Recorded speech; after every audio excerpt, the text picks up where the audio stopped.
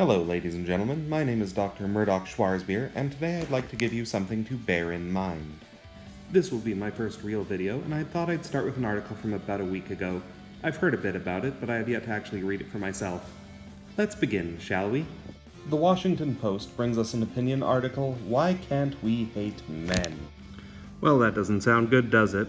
But this is from the Washington Post, and they're a fairly reputable newspaper, right? Let's check media bias fact check. Left-center bias, media sources have slight to moderate liberal bias, often publish factual information, utilize loaded words, generally trustworthy for information, factual reporting high. Well then, the article can't be that bad, right? Yeah, my false optimism isn't fooling anybody at this point, is it? By Susanna Danuta Walters. Susanna Danuta Walters, a professor of sociology and director of the Women's Gender and Sexuality Studies program at Northeastern University, is the editor of the gender studies journal Signs. Well, written by a gender studies professor. How astounding. I wonder what else she's written. Let's see here. Lives Together, Worlds Apart, Mothers and Daughters in Popular Culture. Reasonable. New York Criminal Law Handbook. Ooh, scary place for her to be writing. Material Girls, Making Sense of Feminist Culture. Boy, that one seems like a train wreck in progress. All the Rage, The Story of Gay Visibility in America. Ooh, that one sounds interesting. Intersections, Transdisciplinary Perspectives on Gender and Sexualities. Holy word salad, Batman. And The Tolerance Trap, How God, Genes, and Good Intentions Are Sabotaging Gay Equality. That one sounds like a train wreck, too. I probably won't end up reviewing any of those. Books are a little bit long, but we'll see. Journal articles is a bit more my speed. Caught in the Web, A Critique of Spiritual Feminism. Wow, that one sounds like a mess. I might have to look that one up, even if it's a little dated. As Her Hand Crept Slowly Up Her Thigh, Anna Bannon and the Politics of Pulp. From Here to Queer, Radical Feminism, Postmodernism, and the Lesbian Menace. That one sounds horrible. I might have to do an episode of robust feminist arguments on that one. The kids are alright, but the lesbians aren't. Queer kinship in US culture. Oh boy. Inaugural editorial. It's an editorial, I don't really care. Yeah, that looks like a dumpster fire of a resume. I'm definitely gonna have to dig up some of her stuff and do a robust feminist argument video at some point. And here's a picture of the good professor now. Funny, she doesn't actually look like a crazy cat lady. And now let's get into the actual article. It's not that Eric Schneiderman, the former New York Attorney General accused of abuse by multiple women, pushed me over the edge. My edge has been crossed for a long time. Yeah, looking at your publication history, you've been over the edge for a few decades now, haven't you? Before President Trump, before Harvey Weinstein, before mansplaining and incels. Mansplaining isn't a thing. It's basically just one person explaining something to another person. And maybe it's something that other person already knew. Anyone can do it. Men are statistically more likely to be assertive, so maybe they speak up a bit more often. But explaining things is not a gendered thing. And incels, it's not an organization. It's not a cohesive ideology or group. It's a label applied to sad, awkward, lonely people who can't get laid, and who may network with other sad, awkward, lonely people looking for support, and trash talk against women a bit. But is it really any worse than what rabid man-haters like you say about men? This networking doesn't help, by the way. Talking to sad, lonely people about being sad and lonely just compounds the problem and makes it worse. You want to get better? If you think you can fix your issues, do it. Seek therapy or counseling, maybe try online dating. One of the decent ones, not Tinder or anything like that. If you truly feel like you're a lost cause, move on. Take up a hobby, something social to get you out of your isolation bubble. I'd recommend D&D. It's social, personal, and interactive. It won't help you with women, but you'll have fun and forget your troubles for a while if nothing else. Incels are mostly harmless. Over the years, we can only tie a handful of violent incidents towards incel motivations. There's Elliot Rodgers and about 4 others who seem to have been fans of his, though whether or not they were actually motivated by incel ideology is questionable at best. So 4 years and at most 5 incidents, assuming each one is actually incel motivated. Each is an absolute tragedy, but it's hardly an epidemic. Oh god, I'm gonna have to do a video on incels now, aren't I? Before live streaming sexual assaults and red pill men's groups. Men's groups? Really? Most of them try to deal with actual legal inequalities, such as in divorce courts or child custody cases or men's right to opt out of parenthood, bodily autonomy, things like that, and I've yet to see them given a fair shake in the media when they're talked about at all. And rape camps as a tool of war, and the deadening banality of the male prerogative. Yeah, rape camps are terrible. There are places in the world where rape is used as a weapon of war. These countries are barbaric, backwards shitholes, but they really shouldn't have a bearing on your notion of #YesAllMen. I mean, when was the last time you saw rape systemized in the developed world? Oh, that's bad, isn't it? But you know, these people don't look like citizens of the Western world, do they? They all look like they have another regional identity in common, don't they? You're not an intersectional feminist, are you, Professor? Then you might have to defend them on their marginalized Muslim identity. Seen in this indisputably true context, it seems logical to hate men. The truth of your points so far is very disputable, and nothing you've said so far is anything resembling logical. Also, did you notice this same logic could be applied to any group you wanted to hate? Group X has a small minority with a history of doing bad things, therefore it's logical to hate them. Think about this. Black people commit over 50% of homicide and robbery in the US, therefore it's logical to hate them all. Your logic, not mine. But that's racist, isn't it, Professor? Women commit most of the domestic violence and homicide against children, so it's logical to hate them all. Again, your logic. But that's sexist. But because you're targeting men, you get a free pass, right, Professor? I can't lie. Clearly you can. I've always had a soft spot for the radical feminist smackdown, for naming the problem in no uncertain terms. Yes, all men. We get it. You're a nut bar. I've rankled at the "but we don't hate men" protestations of generations of would-be feminists. Would-be feminists? So I get the impression that you don't think women who aren't rabid man-haters are real feminists. Is that about right? And found the "men are not the problem, the system is" obfuscation too precious by half. I doubt you think the system isn't actually a problem, you just think that men are too. But regarding the system, in what way is the system the problem, at least in the Western world? Can you name one right men have that women don't? One systemic way women are held down? You can cite statistics of underrepresentation all you want, but the way feminists like you use those statistics, it doesn't prove your point. Instead, it usually points to men and women on average liking different things and making different choices. That's it. But of course, the criticisms of this blanket condemnation of men, from transnational feminists who decry such glib universalism to US women of color who demand an intersectional perspective, are mostly on the mark. So you are an intersectional feminist, then? These critics rightly insist on an analysis of male power as institutional, not narrowly personal or individual. So those few men with high power are the problem, then, not all the rabble.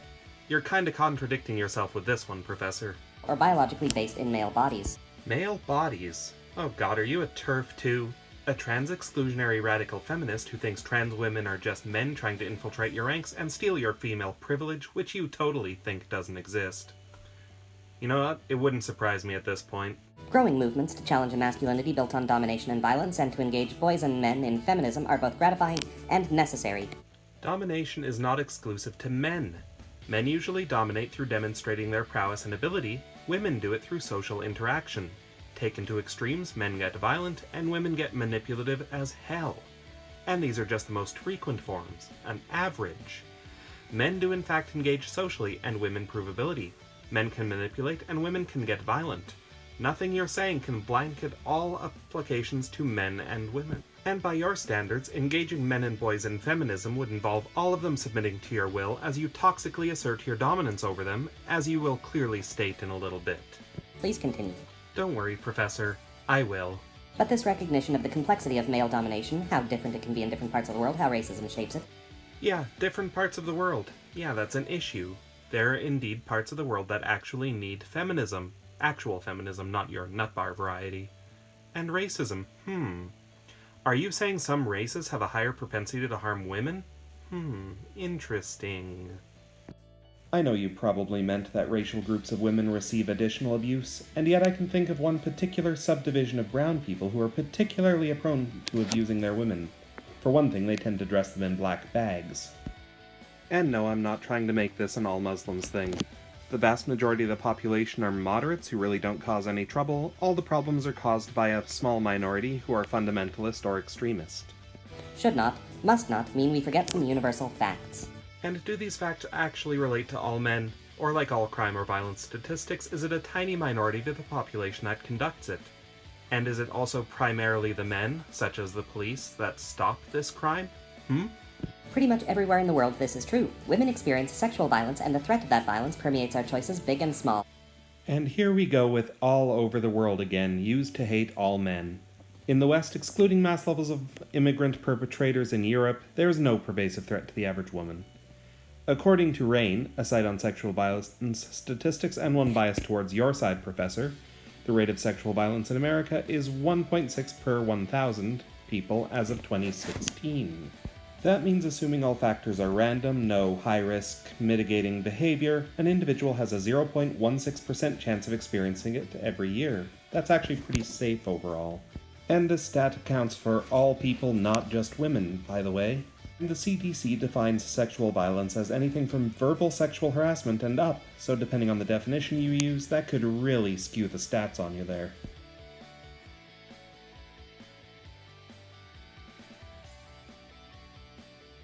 You know about half of domestic violence is reciprocal, right? Both partners getting in on the beating? And when it's single partner, the vast majority is from women? Kinda messes with your narrative, doesn't it, Professor?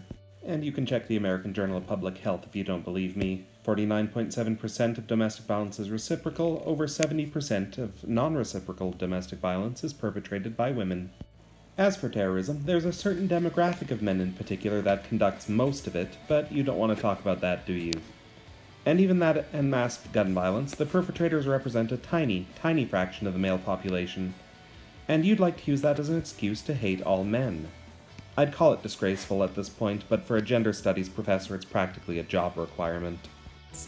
Women are underrepresented in higher wage jobs, local and federal government, business, education, leadership, etc. Ah, the classic wage gap argument. You know, there's a YouTuber called Chew on Head that has a button for this. It's been debunked so many times. Men and women have, on average, different interests and are not equally willing to sacrifice to their careers on average. Higher paying jobs often require more time and effort and are usually more high risk. Women are less likely to choose these jobs. Men make up the vast majority of workplace injuries and deaths. Unless you want gender equality among sewer workers too, it's hypocritical to demand they be equally represented among engineers and whatnot. Wage inequality continues to permeate every economy and almost every industry. The wage gap is simply the average earnings of men and women working full-time. It does not count for different job positions, hours worked, or different jobs. It has nothing to do with the same job. It has nothing to do with discrimination. Women continue to provide far higher rates of unpaid labor in the home, e.g. childcare, elder care, care for disabled individuals, household work, and food provision. More women choose, keyword choose, to be stay-at-home caretakers than men.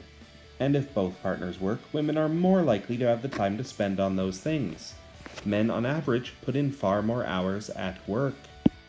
Everything you just pointed out is either based on or is the result of free choice. Do you not want women to have the options that may lead to these inequalities? Do you want to march them into STEM with whips?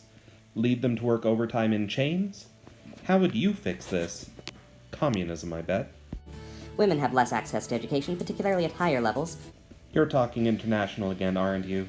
In the developed world, women make up the majority of university entrants and graduates and still get affirmative action as if they were a disadvantaged minority. Go peddle your man-hating in a country that actually needs some sort of feminism. I bet they take it really well. Women have lower rates of property ownership. The list goes on. It varies by country. And property ownership probably relates back to wages again. No money, no property. I'm not pushing the wage gap button again. But these global realities of women's economic, political, social, and sexual vulnerabilities are, well, real. Prove it, bitch. Indeed, the nations in which these inequalities have been radically minimized, e.g. Iceland, are those in which deliberate effort has been made to both own up to gender disparities and to address them directly and concretely. Iceland is basically enforcing wage equity, even in instances where inequity is justified. The government is determining the wage they think a job should have, even if the free market disagrees.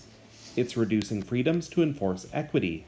And the rest is based on women's choices, for instance choosing to take a bigger part in government. You can't force that from the top down, at least not without totalitarianism, which you totally don't support. So in this moment, here in the land of legislatively legitimated toxic masculinity... Legislatively legitimated how? Please, one example. Men not being arrested for unsubstantiated accusations doesn't count. Neither does Trump getting elected. Is it really so illogical to hate men? Yes. Yes, it is. For all the power of hashtag #MeToo and hashtag Time's Up and the women's marches, only a relatively few men have been called to task, and I've yet to see a massive wave of prosecutions or even serious recognition of wrongdoings. Did you not hear what I just said about unsubstantiated allegations? You don't support due process for men, do you? And a lot of the allegations attached to hashtag #MeToo wouldn't be too bad, even if utterly true. Morgan Freeman, for instance, could be blamed for nothing more than awkward flirting that went unappreciated. On the contrary, cries of witch hunt and the plotted resurrection of celebrity offenders came quick on the heels of the outcry over the endemic sexual harassment and violence.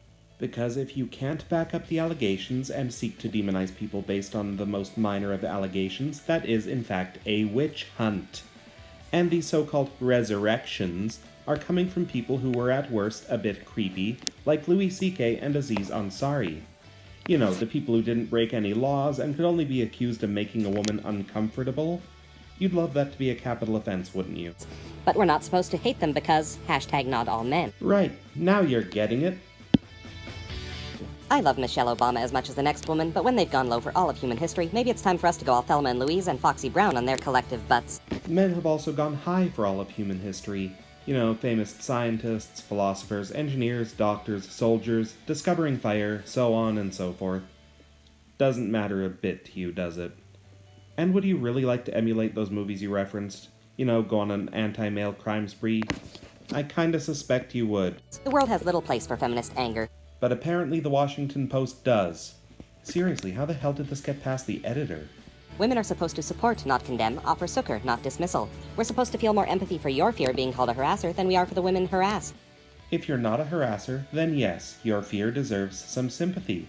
The possibility of a false accusation is scary and can be utterly life-destroying. The actually harassed also deserve sympathy. Actual harassers and false accusers deserve none. You seem to be unable or unwilling to make such a distinction, though.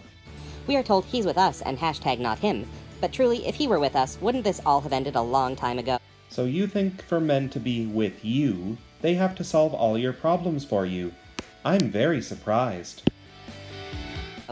If he really were with us, wouldn't he reckon that one good way to change the structural violence and inequality would be to refuse the power that comes with it? I see where this is going. So men, if you really are hashtag with us and would like us to not hate you for all the millennia of woe you've produced and benefited from, start with this. Lean out so we can actually just stand up without being beaten down. Who's stopping you from stepping up? Seriously, who's trying to beat you down for being female? You want to be an engineer? Be an engineer. Or a politician or whatever else. But you can't do that with a gender studies degree, you moron. Unless you're too inept to compete, you don't need us to lean out. And watch the nation collapse into horrible gender communist chaos. And let the feminazis take over, because gender studies degrees are perfect for running companies, governments, and economies. Who needs a real education anyway? We got this. Yeah, right. And please know that your crocodile tears won't be wiped away by us anymore. When did you ever care about or wipe away male tears? You collect them to drink out of coffee cups. Seriously though, people like you tell men to be more sensitive, then chastise us when we cry. What the hell is wrong with you? We have every right to hate you. Maybe you do, but it's stupid as hell. By the way, we also have every right to hate you if we choose to. You, personally. Deal with it. You have done wrong. Hashtag because patriarchy. A small minority have done wrong. Massive numbers have done right. Take the blinders off already. It's long past time we play hard for team feminism and win. Yeah, you can try, bitch. And that's it for this article. And you know, Professor, I seriously think there's something wrong with you, that you are legitimately sick in the head. But, as a medical professional, I think I have a solution. It's a bit old-fashioned, but I think it might work. Take a trepanation blade, and use it to drill a hole through your scalp and skull. They used to do this to relieve cranial pressure. I suggest you then take a large funnel, and use it to apply bleach directly to your frontal lobe. It will scrub away all the nasty vitriol from your cranium in no time. It'll be quick and painless. I meant for me, Tim. Painless for me. Anyway, that's it for this video. Thank you very much for tuning in. It actually took a lot longer than I thought and turned out to be a much longer video than I expected. My dramatic reading of the article actually only took about 4 minutes. Be sure to like, comment, and subscribe if you liked my material. Please go gentle in criticizing the audio editing quality. It's my first time doing it, and I'll try and do better in the future. This has been the Bear in Mind channel with Dr. Murdoch Schwarzbar, and I hope I've given you something to bear in mind.